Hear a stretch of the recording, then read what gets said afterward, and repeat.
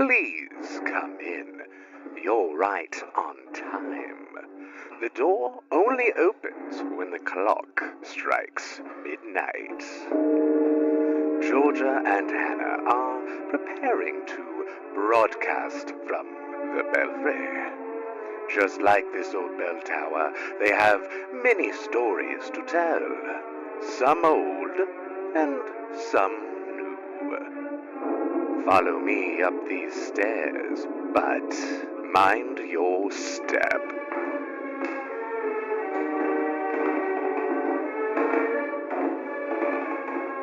Ah, they're waiting for you. Well, my first line says, "Hey, do you want to know something weird?" Yeah, I do. Okay. Here it goes. In 1922, one of Freud's essays called Medusa's Head, which is Das Medusenhaupt in German. Look at me go. Awesome. It was published, which listen, he theorized that the popularity of stories involving decapitation at the time was a representative of a social anxiety about castration. Isn't that so fun and quirky? That's So fun. He was just always thinking about the genitals, wasn't he? Man, I think that a lot of the shit that he came up with says a lot more about him than anyone else. Yeah, like who raised that man? So without getting too deep into that, he was basically comparing the petrification of looking at Medusa to getting hard. Like reassuring the fact that you still have a penis. Okay. Clearly overlooking the more likely interpretation of, being frozen in fear. And also, feminist critics of Freud were like, wow, male gaze much? That's all I'm thinking about. Right? But women are so emotional and silly. So apparently around the time that he originally wrote that essay, one of the morbid fascinations in pop culture was of Salome. Do you know anything about her? Because I sure didn't. That name sounds very familiar. I know Salome because of Mozart, and that's it. That's all I got. And I don't think that's the same. It might be, but I don't know. I don't know. Are you about to teach me about it, or should we do a quick Goog? Well, okay. I don't know much, like I said, about this part of the Bible at all. I can tell you Salome was a Jewish princess who danced for Herod, the same Herod who ordered all the babies to be killed because he felt threatened by the baby Jesus, as Jeremy Clarkson says. Yeah. I'm well aware of King Herod, unfortunately. Yeah. So Salome danced for him, and I don't really know the details here, but basically he was like, damn girl, I'll give you anything you want, even though this is his stepdaughter, by the way. So her mom married him. And so her mom was like, ask him for the head of John the Baptist. And this is how John the Baptist got beheaded. Because he didn't want Herod to marry this lady. Such drama. I know. All of these people are real people, but there's no actual historical evidence to support any of this happening. Like, I think the primary texts even indicate that Herod died before the mom would have married him or something. I can't remember. Not important. Anyway, so this story was adapted a lot in the late 1800s and early 1900s. There's a Strauss opera, a play by Oscar Wilde. There's poetry and ballet and paintings. And actually, one of the paintings at the intro of What We Do in the Shadows, you know how like they all have the different characters' faces put in them. One of the paintings of Nadia is actually of Salome. It's the one that everybody orders. Oh shit. From Redbubble. Oh. This one. I'm sending it to you. Okay. Like it's the one you're thinking of, I'm sure. Yep. Yeah. Holy shit. A portrait of Salome. That is so blurry. Interesting. It doesn't look like that on my end. R.I.P. But that really popularized the concept of a femme fatale character leading men away from righteousness and all that bullshit. And Freud was like, must be a universal obsession. But it wasn't. I think it reflects that Victorian stereotype of like women having to be all done up and not acting like this, being all humble and righteous and modest and whatever. Women can only be one thing at a time. Obviously. As you know. It's depressed. Just in a different font. Yeah. Yeah. The general interpretation today is just that concept of things coming back to haunt you. Like there's a Gothic studies professor who says that the Headless Horseman, a decapitated man, is representative of a past haunting you. But I think that's true for a lot of horror tropes and paranormal tropes in media these days. Hashtag trauma. I don't know. All I see these days, like at least in the past 5 years, is just rehashing old stories. I think that like the horror genre of the 80s and 90s was very much all about the trauma. Yeah, but I think that whatever is trending in horror is usually representative of general anxieties that are happening socially, like zombies. Yeah. It's like that fear of the outbreak, that fear of the world ending and everything and then destroyed. COVID happened and we were like, we don't want to deal with zombies or outbreaks anymore. We want to move on to something different. Yeah. And that, I think maybe that's why the horror genre is sort of taking a step back and redoing the things that have already been done. But then there are movies like that are more focused on thrillers like Midsummer or Hereditary, which are, I think, horror movies in a way. Yeah, but it's more about the atmosphere. Mm-hmm. That's why I really like Crimson Peak, because it's a ghost story, but it's way more about the atmosphere and the tension than gore or jump scares or whatever. Which maybe we're just desensitized to that now. So yeah, creative people have to find different ways to scare the shit out of us. Yeah. And that's to make things tense again. But also all my favorite, like Lovecraft and Poe and all that, the horror is usually unseen. It's all about like using your imagination to think about what the terrible thing is. It usually goes unspoken. And I think that's better because we're always scared of what we don't know, right? So I don't know what you're talking about. Not knowing is scarier than, just like cutting to, I don't know, a gross thing. Yeah. I tend to steer away from those for sure. Yeah. Anyway, so I was going to talk about Legends of Headless Horseman. Okay. And we'll see how many tangents we go on, and I'm going to go on one right fucking now. Because while I was reading about this, there was a BBC article, which I'll link, that mentioned how the act of beheading is associated with this barbarians at the gate mentality. It's something done by the primitive other, and it reminded me of my theory paper. So for everyone out there, Hannah and I both have degrees in anthropology, even though we went to different schools at different times. So in my theory class, our big semester project was to pick a book that met certain requirements, and then you have to analyze the theory that's used by the author.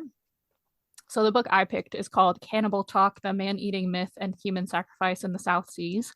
I never want to think about Foucault ever again. What do you mean? Fucking hell. Fuck that guy. Okay. What a great dude. But the premise is that cannibalism as the horror trope we know, like the flesh-eating boogeyman, only exists as a result of colonialism. When European explorers like dumbass Captain James Cook made it to the islands where anthropophagy was a normal cultural practice, and then they demonized it. And because it was so shocking, I'm sure it was widespread immediately. Yeah, but then they were like, it's that thing, like, we don't understand this, we don't do this, therefore it's terrible. Yeah, it's taboo. It's no thank you. Yeah. So tying that back into beheading, the first place my brain goes when I think about beheading is like Tudor England or the French Revolution. Nothing primitive, just white people. Justice, maybe?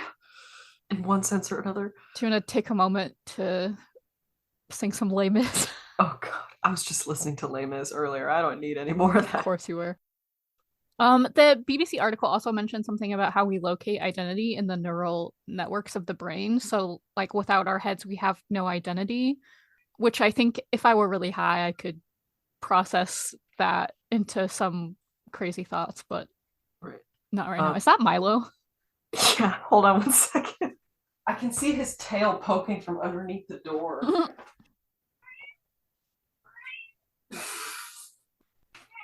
This may be a common theme. That's what I get for shutting the door. It's okay. He's just saying hi to everyone. He's just saying hi. Anyway, Yep. how many different headless entities do you know from lore or legend? Oh dear. First one that comes to mind is nearly headless Nick, but I guess he's not even headless because he's nearly headless. That's why he's not allowed on the headless hunt. Duh. Yeah. It's still such a shame that they didn't talk Poor about him guy. so much in I the know. movies. Or the fact that they completely omitted Peeves. Come Well, on, yeah. idiots. He didn't Anyway, add too much to the plot, so I guess whatever. no, it was just good world building. Yeah, I agree. He was in the games, the PC Yeah. games. Did you ever play those? I sure did. Hell yeah. I can't remember much about them, but I did. No, I do remember like the voice actor for Harry and how he said certain spells. That's all I remember. Do you have anything to say, sir? Milo! Oh my god, he's so cute. I think he's just gonna hang out for a sec. Oh my goodness. Anyway, to answer your question, I don't know very many, but I'm kind of hoping that you'll tell me. So Okay, I'm gonna tell you, you didn't even say the obvious one, but it's fine. We'll get there. I'm gonna tell you 5, and then I'll tell you the obvious one. And then you're gonna be like, oh duh. yeah. So starting in Ireland with I've heard it pronounced both Dullahan and Doulahan. I don't really know which is correct or more accurate, but I'm just gonna say Dullahan because I can. The Dullahan is known as the original Headless Horseman in Ireland, apparently, and this might be where the stereotypical image of the rider holding its head under its arm comes from. So You mean it's not a pumpkin? it could be a pumpkin. Sorry. Here's a description from ye old Wikipedia. The mouth is usually in a hideous grin that touches both sides of the head. Its eyes are constantly moving about and can see across the countryside even during the darkest nights. Very The nice. flesh of the head is said to have the color and consistency of moldy cheese.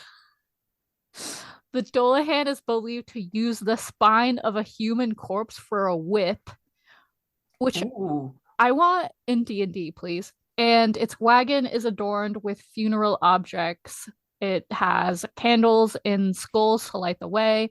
The spokes of the wheels are made from thigh bones, also known as femurs. Yeah. The wagon's covering is made from worm-chewed pall, like the cloth that covers a casket, or dried human skin. I like that better. Dried human skin. Always a big fan of human skin. One of my weird obsessions, I don't know if we've talked about this before, but one of my weird obsessions is with books that are bound in human skin. You have mentioned that before. I would love to get you a book bound with human skin. However, I think my personal ethics cancels that out. I also don't want to own one. I just want to like go to a library that has them and look at them. Okay. But what if it's like made of someone you know? Like what if someone bound a book made of my skin after I die?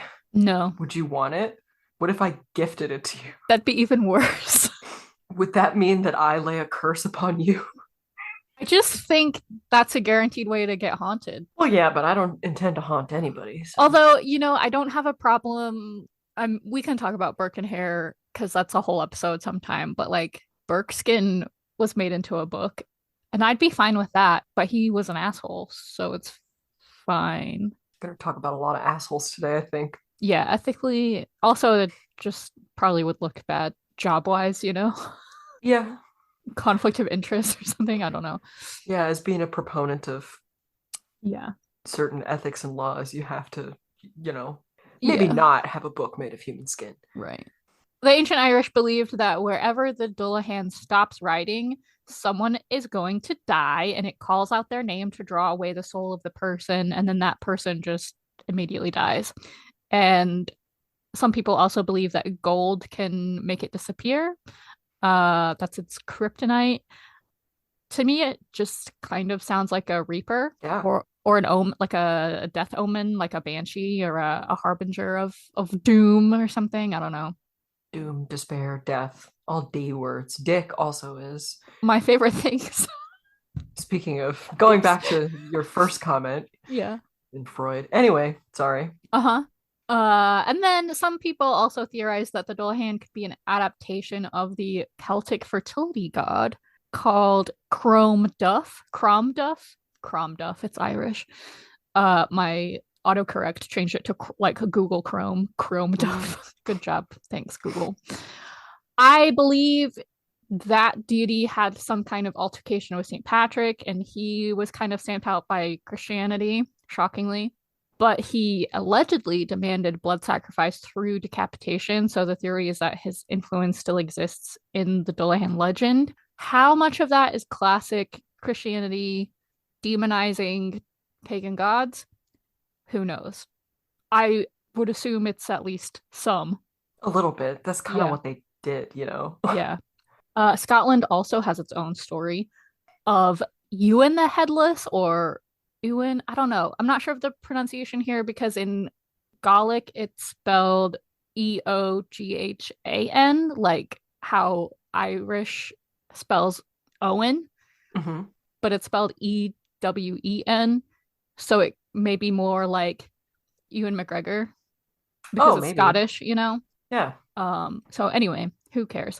He tried to use force to negotiate getting more land from his dad, and it didn't go well for him. And the story says he was beheaded in 1538 on the Isle of Mull, and he still rides around on his horse, haunting people with no head. So now what you're saying is when we go to Scotland and Yeah. open up a bed and breakfast, Yeah. it should be there. Yeah, sure. That's so then fine. we can, you know. Yeah. Because Mull is on the west side of the island, which would also be closer to Skye and all the cool ones. So Yeah. And the Highlands and such. So to finish off with the British Isles, there is also Gawain or Gawain. However, I think Gawain is more correct, but most people these days just say Gawain. And the Green Knight, that guy from Gawain the Rock Johnson. Sorry. Yeah, he's a knight of the Round Table. Indeed. Sure is. Okay, please continue. Arthurian legend, yes. So Gawain is a knight of the Round Table, and one day this Green Knight strolls up to the Round Table holding an axe and gives them a challenge. And he says that any knight can take a swing as long as it can be returned in a year and a day. So Gawain the Rock Johnson just takes a swing and cuts his head off. Wow. And then the Green Knight picks up his head and says, "Cool, bro, in a year and a day, you're going to meet me at the Green Chapel." He's clearly not afraid of castration. Turns out the Green Knight is just a regular dude who was bewitched and everything is fine. The end. It was kind of anticlimactic. I don't know. I was gonna say, dude's got some steel balls for that. See you in a year and a day. Yeah, the fact that he just got it. goes. Okay, over to the European mainland, there are a couple of folktales from the Brothers Grimm about Headless Huntsman, which I maybe knew about but forgot. One of them is about a woman in Saxony who was out gathering acorns. Why? She hears a hunting bugle and turns around to see a headless guy riding a horse. That's about it. Was he bugling? Yeah. Who knows? How was he blowing a bugle if he didn't have a head, therefore he didn't have a mouth? Yeah. What if he's holding a head and the head is holding the bugle in its teeth? Uh-huh. The other one is also set in Saxony. It sounds like a version of a traditional folktale of a wild huntsman. The main character is a guy named Hackleberg. Dumb name. And he was just so into hunting that instead of going to heaven, he wanted to stay on Earth and hunt until Judgment Day, which sounds exhausting. I know. Who wants to do that? I don't even want to do my hobbies until the day the I know. I'd sleep. Yeah. Is that fine? I mean, that's just being dead, I guess. Yeah. That's just like being dead light. Yeah. Like beta being dead, sorry. He gets his wish and was said to ride around Germany hunting with a pack of what sound like hellhounds, like fiery black hounds.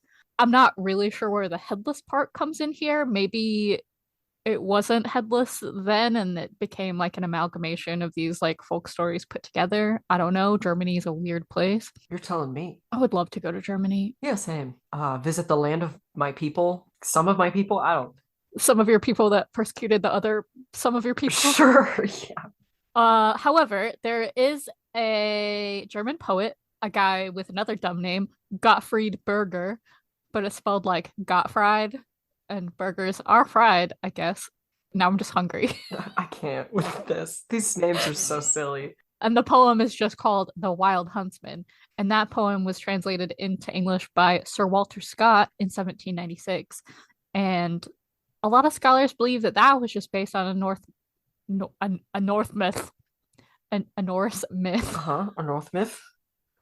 So I assume the Grimm version also just has the same origin, and they all are retellings of that somehow. Probably. The Wild Huntsman sounds very familiar. Also, it sounds like all the bad guys in other Grimm. Well, yeah. When did you say it was translated stories. Into English? 1796. Okay. I probably did not read it then. I've not read many things from the 1700s, but I'm pretty sure that's not one of them. I don't know if Candide was that early, but if it is, you should definitely read Candide. Okay. It's so funny. Let me write it down. It's by Voltaire. Of course. Fucking Voltaire. Do you think I can find a Gen Z lingo version of that book? Have you seen that? Probably. Yeah, authors are like rewriting classical novels using modern vernacular, which is really funny. So stuff like lit, dope. I feel like that's how I describe all of these historical events though. Yeah. I mean, I did just say, cool, bro. A year and a day, meet me at the Green Chapel. Meet me in the pit, scrub lord. So this poem that Walter Scott translated is about a guy who is keeper of the royal forest, and he's a major dick. And he's also all about the chase, which sounds just like the other guy. And this is from the Middle Ages because a lot of why people think he's a dick is because he hunts on Sundays and other days that should be dedicated to religious worship, like Easter or whatever.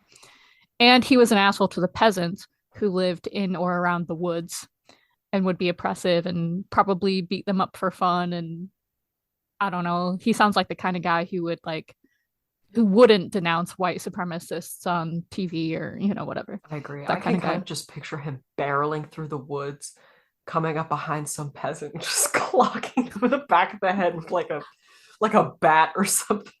No, he'd probably just give him a wedgie. Maybe. Yeah, use like a long stick and pick him up by the undies. Yeah. But I was gonna say by the loincloth. What's the matter with me? It's caveman times. Yeah, in the Middle Ages. Who knows? In all the factual inaccuracy of caveman's existence. Yes. Locals claimed that after he died, they could still hear him yelling and his dogs barking and his horses galloping all throughout the forest. So it sounds pretty much the same as the other stories. Sir Walter Scott was probably an influence on Washington Irving. So the main thing I really wanted to get into is Washington Irving and the Legend of Sleepy Hollow, America's first ghost story, published in 1820. So I was going to give you a little bio and then a synopsis of the story, sprinkle in some like literary analysis, maybe, because everyone knows the story of Sleepy Hollow, but how many people have actually read it this day and age, Who's that guy in the movie who's really hot? Johnny Depp? Yeah. You forgot Johnny Depp? Yeah. It's been a while since I've watched that. We watched it last time we dyed hair. Oh, I don't remember that. We started it. You also didn't have your glasses I couldn't on, see it. So I really was not paying attention. Yeah, so the Tim Burton movie is very different from the original story. So, okay, Washington Irving was born in NYC in 1783. I made it rhyme. For those that don't know, that's New York City. Yeah, idiots. He was known as the first American man of letters. So obviously, according to Supernatural, he just hunted demons in his free time. He probably had a lot of that. Yeah. White man in the 1800s. Yeah. He's really a Codmather's asshole, probably. Probably. Fuck that guy. All right. Anyway, it refers to him being an intellectual. Like the terminology of the time was replaced by intellectual. He's an intellectual. But that sounds more boring. I would rather my resume, my CV, say Georgia Abrams, man of letters, than Georgia Abrams, an intellectual. One of them sounds like you just made it up. The other sounds like Sounds like I made up both of them. You met me. But you would be a woman of letters anyway. I can be whatever I want to be, okay? Okay, all right. Your binary terms don't have to define me. Sorry, that sounded disingenuous. I'm sorry. I'll be a man of letters if I want to be. You be a man of letters. And I'll wear a skirt while doing it. Yeah. Just don't show your ankle, because fuck you. God forbid. Yeah. Anyway, Irving moved up to Tarrytown in 1798 to escape an outbreak of yellow fever that had spread to New York. I don't remember what yellow fever does. Maybe I should have looked it up. But either way, it's gross. Malaria. Oh, that's right. It is malaria. Yeah. You're right. The dengue fever. Yeah, it's pretty bad. It's pretty bad. Yes. It really fucks you Gross. up. Yeah. I know a guy. You know a guy with malaria. I know a guy who got malaria. He was in the army. Shit. Oh my goodness. And he contracted malaria, and he said it did fuck him up for a hot minute. All I really know of it is that you get very dehydrated because you shit a lot. You get crazy runs, among other things.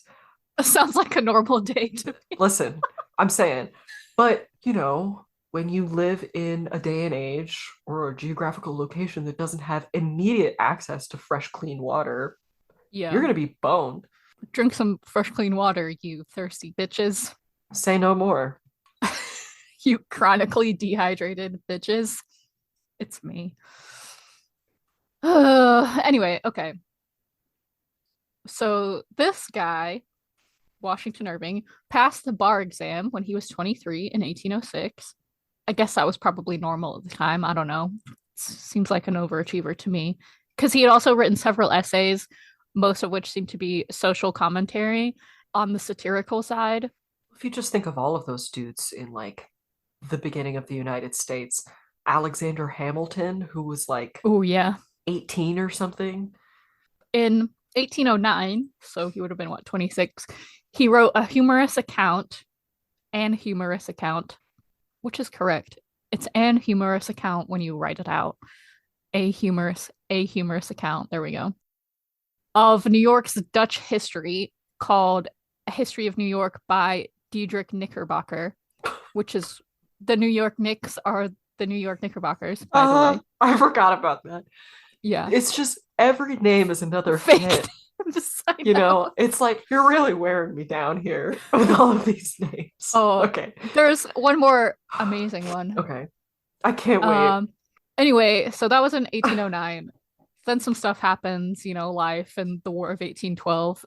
And he went to England after that to take care of business, and he got to meet Sir Walter Scott. And I think this kind of re-energized him and reminded him of his passions, and we all need that sometimes. Says you. Bitch. Sir Walter Scott, I was trying to think about what he was most famous for, and Ivanhoe is what I came up with. Okay. Was the cartoon Ivanhoe a thing over here in the 90s? Do you think that I was alive in the 90s? Alive and conscious in the 90s? I've heard of it through you, I believe. Yeah, in England it was like a Saturday morning cartoon, and it was like The Adventures of Ivanhoe or some shit. How accurate it was to Sir Walter Scott's Ivanhoe, could not tell you. Probably not at all, but Whatever. There was also like the cartoon of the Three Musketeers, which definitely wasn't accurate to the original story. I think the most accurate version of the cartoon version of the Three Musketeers is the what is it? The Three Mouseketeers or whatever. Oh, hell The yeah. Mickey Mouse version. Okay, I'm sorry. Okay, please continue. So yeah, Washington Irving is probably all excited after meeting Sir Walter Scott and probably reading his translation of The Wild Huntsman. And he writes this thing called the Sketchbook of Geoffrey Crayon. I told you. Well, it's very ironic. Sketchbook by someone. Geoffrey Crayon. Jeffrey Crayon. Did he found Crayola? And it was published anonymously in 7 parts between 1819 and 1820. And it was a collection of short stories and maybe some other like short essays and random pieces of writing. A lot of them are about England, but 6 chapters are some of the first pieces of Americana. And those are where both Rip Van Winkle and The Legend of Sleepy Hollow, 2 of his most famous stories, were published. And both of those are based obviously on German folktales. Do you know what Rip Van Winkle is about? No. Everyone knows that Rip Van Winkle is a guy who just fell asleep for a really long time. Okay. He fell asleep for 20 whole years, which sounds like the dream. Oh. When he wakes up, his wife is dead and his daughter was grown up and married, and America was independent, and that was it. The end. He slept through the Revolutionary War. That's the whole story. Wow. His story is very interesting. Let me hear it again. So he fell asleep for 20 years. Well, no wonder I've never heard of. Well, it's not that I've never heard of Rip Van Winkle. I have heard the name. Maybe that's why I've never looked it up, because it's just. I think it's that thing where like, oh, I know he slept for a really long time, but I'm sure there's more to the story. There's fucking not. Yeah. It's part of public knowledge that he's a sleepy boy. Yeah. Is it a fable? Is there, some sort of theme or yeah, like am I supposed symbolism? to learn a lesson from this? Who knows? I'm gonna look it up later though. Literary analysis of Rip Van Winkle. Who the fuck is Rip Van Winkle? Oh man. The sketchbook was the first American publication to gain international success. Fun fact. And that's what encouraged Washington Irving to continue writing. But no one knew that he was Geoffrey Crayon at this point. Okay. Geoffrey Crayon. That should be a D&D name or a Call of Cthulhu name. Geoffrey Crayon. Character Maybe name. like Geoffrey Crayon. Ronald Crayon. Ronald McCrayon. Ronald McCrayon. Oh my goodness, I'm tearing up. This is crazy. So he travels around Britain some more, and Germany and Spain and Austria and France. Maybe he had his own little grand tour type of thing. Good Lord. And he eventually travels some more around what was the US at the time, and then went to live in Tarrytown again and was happily ever after, blah, blah, blah. Also, he was supposed to be admired by Edgar Allan Poe, who in turn inspired Lovecraft. So we're here for that, Yeah. I guess. So, okay, the story of the real and true story of Sleepy Hollow is again narrated by Diedrich Knickerbocker. Yeah. And it's like, I think it was popular in the 1800s to just write a story that was narrated, like you set the story as being told by a story by a guy who heard the story elsewhere. So like Diedrich Knickerbocker is saying, oh, here's a story I heard 30 years ago and now I'm just going to write it down. So it's like a recording of an oral tradition kind of vibe. Yeah. It's very descriptive and atmospheric, kind of like we were talking about earlier. The horror scene being atmospheric. And it's set in 1790 in the town of Sleepy Hollow, a fictional town near the real Tarrytown and near the site of the Battle of White Plains, which was part of the Revolutionary War in 1776, where a Hessian soldier did get his head blown off by a cannonball. And the north part of Tarrytown did eventually change its name to Sleepy Hollow in 1996.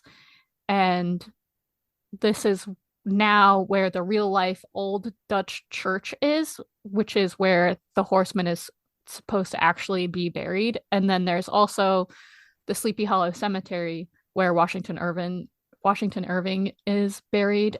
And then so you have Sleepy Hollow and Tarrytown. And then there's also Irvington now, obviously named after Washington Irving. And I think they all just kind of argue about like which of them is the real Sleepy Hollow, but whatever. Did you say the man's name whose head got blown off? No, he's just a Hessian soldier. I don't know if his name is recorded or not. Okay, it's interesting that you mentioned that he's supposedly buried in that Dutch church. Like, damn, there's got to be a grave marker that just says to all of the soldiers, and they're like, that dude's probably buried there. Well, if we do our Niagara road trip one day, we should just make a little stop in this area for a day. Yeah. Because it's right there. Yeah. Yeah, and the Hessians were German soldiers from 2 different states in Germany. And the Hessian is a term that was applied by the Patriot armies, and they are typically described as mercenaries, but technically, more accurately, they were an auxiliary force of the British Army. Another fun fact. The atmosphere in the story is all dreamy and like, I don't know, surreal. And the townsfolk are described as very superstitious. And I think he said somewhere that he named the town Sleepy Hollow, or critics have interpreted the name of Sleepy Hollow as a way to describe the way that one feels in Sleepy Hollow, like dreamy and caught up in the moment. I kind of imagine it being like when it's foggy or raining outside and you want to like curl up with your book and your cat and, like that kind of vibe, the cozy vibes. If you had like an outdoor book nook in a little shed, walls made of glass, that'd be a Sleepy Hollow. I almost said Sweepy Hollow. Sweepy Hollow. I hate that baby talk. I really do. It's fine. I talk to my cat like that. I know you do. Also, some people thought that vibe could be a metaphor for yellow fever, like a miasma that you can't escape from, which is less nice. But it is a cool interpretation. I don't really think it fits with the rest of the commentary made throughout the story, though. So, and the legend of Sleepy Hollow is obviously that it's haunted by this apparition of the headless soldier who searches for his head after it was blown off by the cannonball. Ichabod Crane, man. Did you know he was a real person? I had a feeling. That name is too cool. I know! It's such a cool name. I also imagine one day I'm going to get a pair of white cats and I'm going to name them Ichabod and Irving. Nobody steal my idea. I will hunt you down. How would you know? I don't know. I just know. I would just know. Yeah. I'll send you a picture of him because he looks like a vibe. Oh, goodness me. Yeah, and then there's a picture of his grave as well. Oh, very nice. Uh-huh. Okay, but look at that guy. Mm-hmm. And then listen to the description of Irving's Ichabod Crane. Tall but exceedingly lank, with narrow shoulders, long arms and legs, hands that dangled a mile out of his sleeves, feet that might have served for shovels, and his whole frame most loosely hung together. 1, doesn't look like that guy. 2, sure as shit does not look like Johnny Depp. No. Well, this guy's old as hell. Yeah. He also died in the Revolutionary War. Ichabod Crane? Yeah. It says he died in 1857. Oh, he died in a different battle. Sorry. He was in the Marines for 45 years. I think he became a colonel in the... No. He was born after the war. He was born in the... What am I thinking? Maybe it was a Civil War. I can't remember. He died in a war. I know he died in a war. I'm assuming it was a Civil War if it was 1857. Civil War was 61 to 65. Fucking hell. Okay. Well, he died in a war. He God damn died it. in a battle. I read he succumbed to his wounds. He probably just got like stabbed by a disgruntled person. Like, get out of my way. Let me do a quick He Goog. didn't grow up in this country, okay? Hold on. How the hell did you die, sir? Oh, he was just on active duty. He just got run over by a carriage, probably. Mm. Looking at Darren. Looking at Darren. Anyway, there is no evidence that Washington Irving ever met the real Ichabod Crane, so maybe he just saw in his name in the newspaper and thought it was a cool name because it is a cool name. I would name some characters. I think I've done that with Call of Cthulhu characters before, but like, that's a cool name. Okay. Yeah. The real guy was a colonel. Irving's character is a schoolmaster, which apparently was like the thing to be back then. It meant that you got a rotating schedule of free room and board, just take turns staying with different families. They would host you. So he probably knows all the juicy gossip that's going on around the town. And schoolmasters were supposed to be like highly sought after as husbands, even though they didn't make a lot of money because they had to travel to different towns and they're good with kids and all you want to do is pop out babies with them. And they knew all the gossip in the town from living with all the different families, and they were educated and literate, and they seemed cultured because they had traveled outside of one community, unlike a lot of people at the time. So this probably offset the fact that his nose is described as looking like a weather vane, I guess. I mean, I guess you have to pick your battles. If he was lanky and kind of uggo, but he seemed well off. I mean, and he really wants Katrina Van Tassel, aka Christina Ricci, probably because her family was wealthy. The Van Tassels were also a real family at the time, in Terrytown. She was 18, by the way. Love a good Van something. And then there's also Brom Bones. I think he kind of comes off like Gaston in the story, but not an asshole, just like, a himbo. And he was dating Katrina, and everyone liked him. Ichabod's retelling kind of makes it seem like he's a bad guy, like the jock, but I think that's just because we're getting Ichabod's biased perspective in the story and not an unbiased account. He was perhaps an incel. Yeah, probably. Some people have questioned whether Washington Irving was gay because he writes about Ichabod as being obsessed with food, even when he's fantasizing about women. Like, his fantasies about women are thinking about what they're good at cooking. Okay, there's layers to this. And he goes so far into describing, like, the meals. This is fascinating. I think it's a tool to show how greedy he is. Yeah, how he's attracted to lots and lots of delicious food and maybe being taken care of. Yeah, and like wanting the daughter from the richest family in town. Similarly, some people have interpreted that the fact that he's all scrawny but always hungry is a representation of famine. But again, I think it's all about him being greedy and like how he can't be satiated. He'll always just want more no matter what he gets, Even Katrina doesn't really seem like he actually likes her that much. He just likes that her dad has the biggest farm in town and what it would mean financially if he were to marry her. Again, very different from the Tim Burton movie. He's a very unsatisfied man. So Ichabod tries to slip in there by going to their house and giving her singing lessons and getting invited to stay for dinner and then telling ghost stories. Maybe Katrina was a goth bitch and she's into that. Yeah, good for her. Me too. But Ichabod is also superstitious, even though he makes fun of the townsfolk for being superstitious.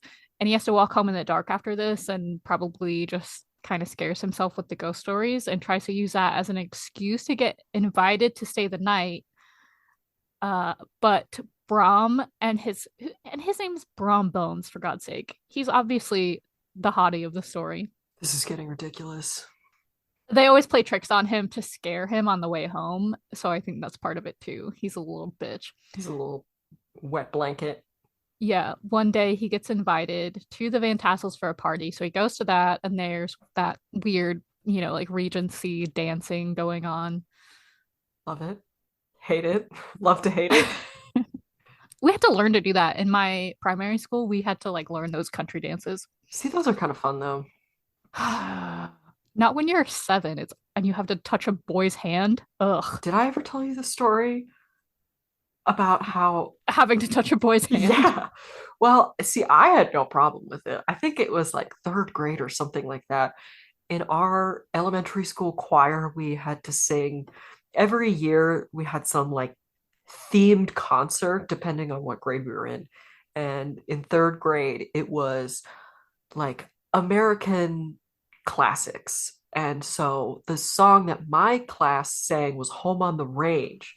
Oh And I no. had to dance with a boy named Zachary Bennett, who I will name. Um, when I actually went home for the holidays this year, I saw him at a restaurant that my family and I went to. It was pretty insane. But it wasn't really dancing. It was just holding each other's hands up in the air and then swaying back and forth and turning, right? Because we Oh weren't, my God. most of the kids were not smart enough to do actual choreography. So it was just swaying and turning and such. Well, he didn't want to touch my hand so bad that he stuck his fists into his sleeves and was like, you could hold this.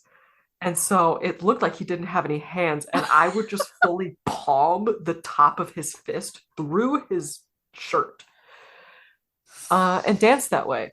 And he was the only one who did that. It was really embarrassing. Wow, Zachary. Fuck you, Yeah, man. seriously. I don't know what I did wrong. Hope you have cooties I now. brushed my teeth. So they do some dancing like that. Yep. It's like there's that end of the spectrum, and then there's Keira Knightley Yeah. dancing with Matthew McFadden, and Oh. everyone else in the room fades away. Oh. Those are the two ends of the spectrum. Oh. The female gaze. Yes. Am I right? Yes. That shit looks exhausting, though. It looks exhausting. How do you remember all the dances? Honestly, there's probably only like 5 different ones, and it's fine. Maybe. I hate dancing. Okay. So I imagine what's happening in this story is towards your end of the spectrum. Okay.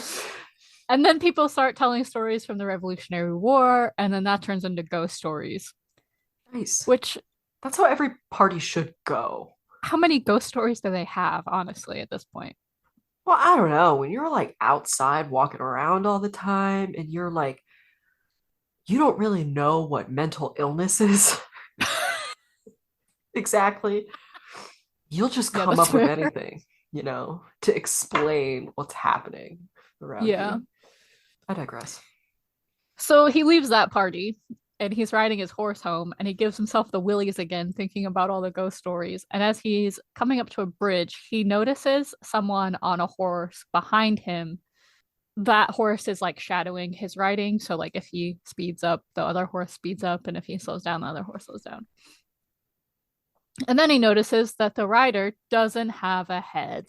Whoa. So he starts going as fast as he can towards the church, and his saddle slips off, and he's clinging on to the horse's name is Gunpowder. He's clinging on to Gunpowder's neck. Gunpowder also only had one eye. Poor horse. Poor horse. And then he turns around to see the horseman stand up on his horse and throw his head, which was a pumpkin, at Ichabod. And it hits him on his own head, and I think he falls off the horse, and the horseman rides past him and disappears. So the next morning, Gunpowder is in the village, but no one has seen Ichabod, and they go looking for him, and all they find near the bridge is Ichabod's hat and a smashed pumpkin. And no one in the village ever sees him again, and apparently Brom and Katrina get married, thankfully. And Brom laughs anytime the smashed pumpkin is brought up during ghosty time. I guess ghosty time happens a lot. The dream.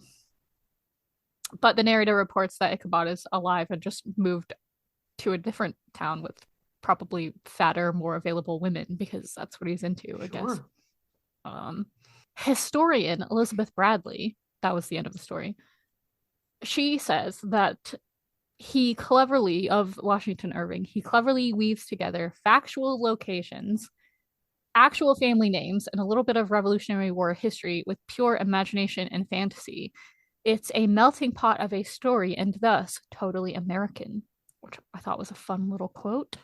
Totally batshit insane. Very, very American. Because America as an independent country was so new, they didn't have their own culture, obviously, or folklore or famous Americans yet. So the story is historically significant for being the first American story, but also I think that's why his European influences were so important. If you think about the people who were immigrating at the time, Germans, Irish, Scottish, like all these places that had similar folk tales that served as the origin story for this one. So it made it easier for them to consume because it was familiar. I also thought it was interesting that there's a real emphasis on that oral storytelling tradition here. The sharing ghost stories and such. Is that what you're referring to? Well, the fact, yes, the fact that there's a lot of storytelling in the story and the story itself is an oral, it's a recording of a story that was told to the narrator. And I don't really think we see that too much anymore. I don't know if it's supposed to be representative of anything. I heard in one analysis that the lack of books in the town, which is, I didn't really talk about, but if you read the story, it's supposed to be noticeable. Kind of represents the fact that these are superstitious people and they don't have time for science and learning and things that are developing in the city. And their worldview is based on these oral stories that are being told. It's isolated. And people have put forward that this is a satirical comment on the fact that stories aren't always reliable and that we as rational human beings need to question things. Like I said, this is a story written down by Diedrich Knickerbocker, who heard it secondhand at least 30 years after it was supposed to happen. And Ichabod himself is made to look like a gullible idiot for believing everything and getting scared so easily by nothing actually tangible. So that's my literary analysis of The Legend of Sleepy Hollow. We can talk about the movie if you want. It's just in Ichabod Crane is a little bitch. Moral of the story, fuck that guy. Good Lord. You started me off on one note talking about Freud and castration. We ended with Hell yeah. Unreliable narrator and all my favorite things. Yes. I love to talk about oral traditions though. I know. Well, it's that anthropology degree, man. Yeah. Obviously the movie is way different. What a cast though. Johnny Depp, Christina Ricci, Christopher Lee, Michael Gambon, Miranda Richardson, Christopher Walken. Oh, I forgot about Christopher Walken. Yeah. The best role he's ever played. Well, thank you, with his filed teeth. I mean, he has literally no speaking lines, so I think his best role was in Hairspray. Thank you. You're right. Yeah, okay, that's fair. I don't think that I've seen any other rendition of Sleepy Hollow now that I think about it. There's got to be a Disney version. There is an animated Disney version. It's from like the 50s or 60s or something. Okay. It's really old. But that one is much more accurate to the story where Ichabod's really ugly and is eating all the time or something. I can't remember. And then there's that TV series that they made, which I also haven't seen. That's right. That one's really recent, right? Yeah, like within the last 10 years-ish. Was that a CW show? Probably. I think so. It was like, it was on at the time that like Green Arrow was on and that yeah. Elementary, that modern Sherlock show. Oh, did you ever watch that? Sure didn't. Grimm was out at that time. Also really good. It was on Fox. Oh, yep. That sounds right. Probably why I did not watch it, to be honest with you. I like Ichabod being a constable investigating the murder way better. And still a little bit.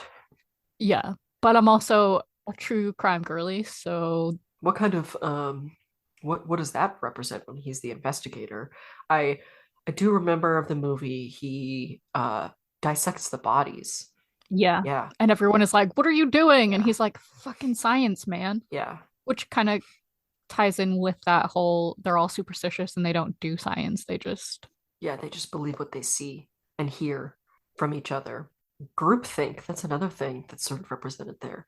How once a few people start believing in the way that something is, a bunch of other people are going to believe it real quick. that like hysteria almost. Mm-hmm. My favorite part of the movie, it's been a while since I've seen it, but I think it's right at the end when they find the head because Miranda Richardson, aka Rita Skeeter, Mm-hmm. was hiding the head so she could control Christopher Walken with her witchcraft. And they find the head. I think Johnny Depp throws it at Christopher Walken and he catches it and just puts it on. And then his face reappears, it reflushes itself.